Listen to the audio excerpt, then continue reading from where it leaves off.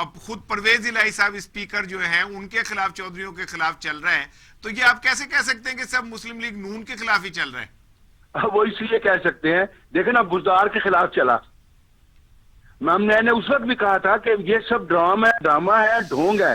پہلے تو چاہیے یہ جب چلا ہے تو اس کو گرفتار کریں, 90 دن اندر رکھیں جس طرح ہمارے لوگوں کو رکھ رہے ہیں. دیکھیں نا شہباز شریف صاحب کو بلا وجہ تیسری مرتبہ گرفتار کر لیا, جب ایک مرتبہ گرفتار کر لیا وہ ان کی ضمانت ہو گئی, سارا کچھ ہو گیا. اسی طرح جہانگیر ترینہ اس کو پکڑتے 90 دن اندر رکھتے, پھر ہم یہ بات مان لیتے کہ یہ ایسا ہے. یہ تو صرف علیم خان تو رہے, علیم خان تو رہے جیل میں. جی ہاں, وہ تو دیکھیں وہ بھی اس لیے رہے کہ ان کی انٹرنل پالیٹکس تھی. آپ اس بات کو سمجھتے ہیں کہ وہ جیل میں رہے. ابھی کل ایک منسٹر کو جو ہے طلب کیا ہے, وزارت ان سے لی گئی, تو لیے تو انہیں بھی جیل, تو وہ بھی جا رہے ہیں. نہیں, کھیل تو یہ سیاسی گیم ہی ہے نا. علیم خان اندر گیا تو انٹرنل پالیسی تھی, ان کا انٹرنل میٹر تھا, وہ اسی میں گئے ہیں. کیونکہ وہ ان کی اپنا اور پرواز ہے, وہ دوسری پرواز کو نہیں مانتے, ان کو سبق سکھانے کے لیے ایسا کیا گیا. ورنہ یوزلی تو سارے نون لیگ کے ہی لوگ ہیں, جس کو بھی آپ اٹھا کر دیکھ لیں, جاوید لطیف دے لیں, اپنا جس کو بھی دیکھ لیں, سب نون. بالکل ٹھیک ہے. مجھے یہ بتائیے کہ خواجہ آصف صاحب کو اب تازہ گرفتار کیا گیا ہے اور وہ نیب کسٹڈی میں ہے, تو کیا آپ ایسا نہیں سمجھتے, یہ ذرا آپ بہتر بتا سکیں گے کہ وہ لوگ جو ہارڈ لائنر نہیں ہیں اور وہ مذاکرات کے حق میں وہ گرفتار ہو رہے ہیں, اور جو ہارڈ لائنر ہیں جو کہتے ہیں ہم پنڈی جائیں گے اور ہم تباہی پھیر دیں گے, وہ باہر پھر رہے ہیں. تو یہ کیا یہ مخمصہ کیا ہے, کوئی تھوڑا سا مجھے سمجھائیے. لیکن اب پہلی بات تو یہ ہے کہ خواجہ صاحب کو مشرف دور میں بھی گرفتار کیا گیا تھا. اس وقت جو چیئرمین تھے انہوں نے اس کو کہا خواجہ صاحب کو کہ خواجہ صاحب میں معافی چاہتا ہوں, آپ پر کوئی الزام ثابت نہیں ہو سکا, آپ کو بلا. اور ایسا ہی ہے, ابھی وہی معاملہ تھا جو پہلے تھے.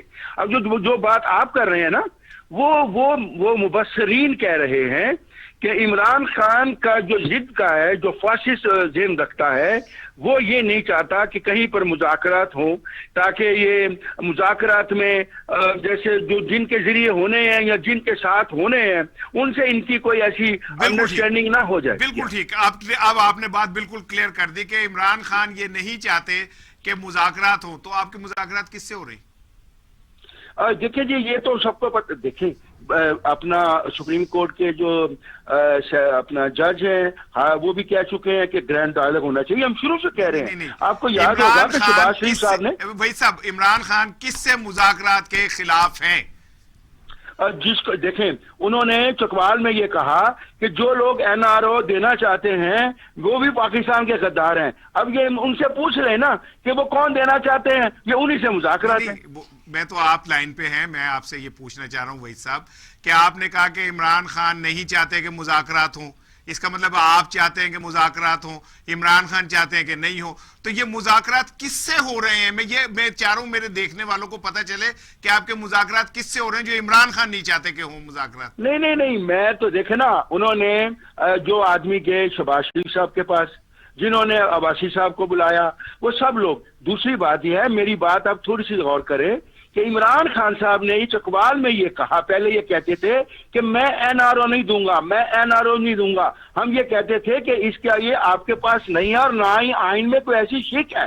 انہوں نے وہاں پر کھڑے ہو کر خود کہا کہ جو دے گا وہ کون دے گا, یہ اس سے پوچھ رہے نا, جو جس کی طرف اس کا اشارہ ہے اسی کی طرف سارا اشارہ ہے. ٹھیک ہے, یعنی آپ یہ کہہ رہے ہیں کہ کوئی اور ہے جو این آر او دے سکتا ہے, وہ عمران صاحب کو بھی پتا ہے اور آپ کو بھی پتا ہے کہ آپ نے این آر او عمران سے نہیں لینا, کسی اور سے لینا ہے. اس سے کہہ سکتے ہیں بالکل, اسے کھڑے ہو کر کہا ہے چکوال میں. بہت شکریہ وحید عالم صاحب ہم سے گفتگو کرنے کا. ناظرین ایک چھوٹا سا بریک لیتے ہیں, بریک کے بعد دوبارہ آپ کی خدمت میں حاضر. Please stay with us.